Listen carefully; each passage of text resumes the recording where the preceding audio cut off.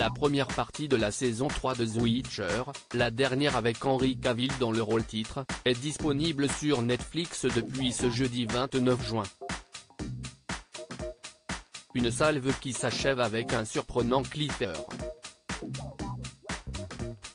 Les fans de The Witcher qui ont enfin pu voir l'excellente première partie de la saison 3, disponible depuis ce jeudi 29 juin sur Netflix, ont sans doute été surpris, choqués et décontenancés par le cliffhanger concluant l'épisode 5.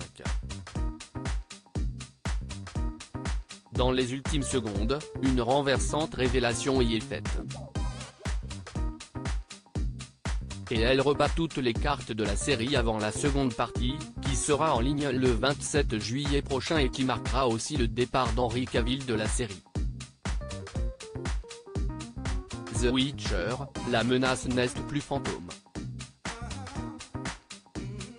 S'étant rendu au grand conclave afin d'y nouer des alliances, de s'assurer de la sécurité de Ciri, rester secrètement à distance avec Jaskier, Joe Batey, et de faire tomber Stregobor, Lars Mikkelsen, frère aîné de l'immense acteur Mads Mikkelsen, qu'ils sont persuadés d'être à l'origine du complot contre leur jeune protégé, Geralt et Yennefer, Anya Chalotra, ont rempli leur mission. Confondu par des preuves irréfutables, le mage a été arrêté.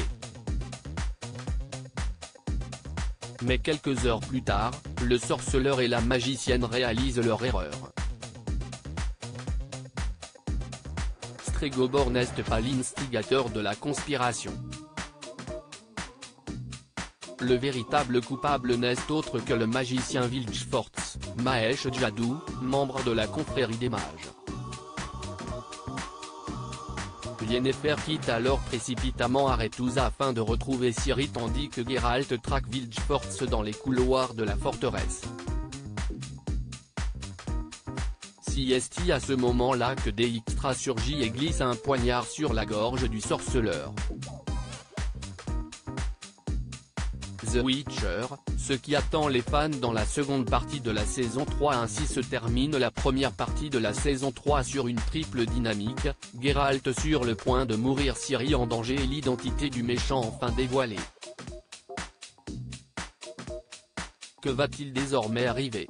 Si le sort de Geralt ne laisse pas trop de place au suspense, si est surtout la révélation du véritable visage de Vilgefortz qui va changer le centre de gravité de la série. Et si l'on s'en tient aux événements relatés dans Le Temps du Mépris, le roman d'Andrzej Sapkowski dont la série est adaptée, ce rebondissement pourrait bien mener à des bouleversements encore plus importants, avec une révolution de palais, la disparition de nombreux mages et la dissolution de la confrérie. Il devrait bien y avoir un avant et un après épisode 5. De ce fait, la TNT jusqu'à la seconde partie, composée de 3 épisodes, de la saison 3, mise en ligne le 27 juillet prochain sur Netflix, va être interminable.